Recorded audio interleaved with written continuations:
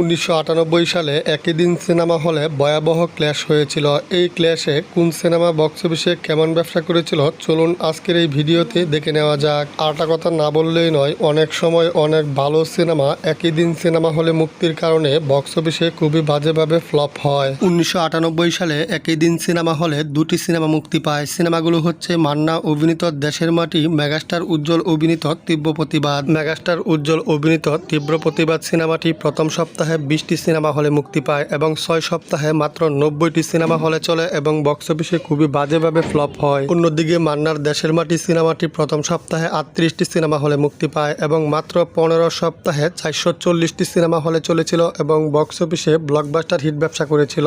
1998 সালের দ্বিতীয় ক্ল্যাশে একই দিন দুটি সিনেমা মুক্তি পায়। সিনেমাগুলো হচ্ছে মান্না অভিনীত মায়ের কসম, অমর সানি অভিনীত বাপের টাকা। অমর সানি অভিনীত বাপের টাকা এই সিনেমাটি প্রথম সপ্তাহে 38টি সিনেমা হলে মুক্তি পায়। বাপের টাকা সিনেমাটি মাত্র 8 সপ্তাহে 160টি সিনেমা হলে চলেছিল এবং বক্স অফিসে এভারেজ ব্যবসা করেছিল।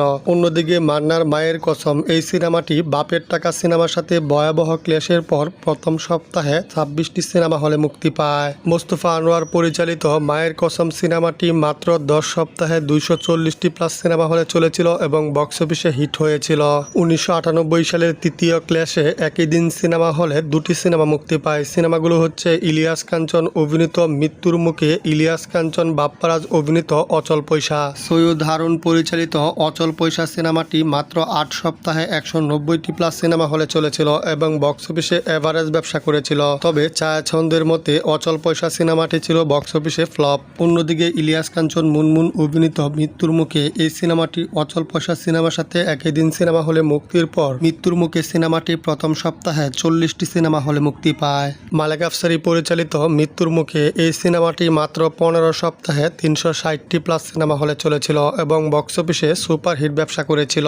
1998 সালের চতুর্থ ক্ল্যাশে একই দিন সিনেমা হলে দুটি সিনেমা মুক্তি পায়। সিনেমাগুলো হচ্ছে অমর সানি অভিনীত অধিকার চাই, মাহফুজ আহমেদ অভিনীত প্রেমের কসম।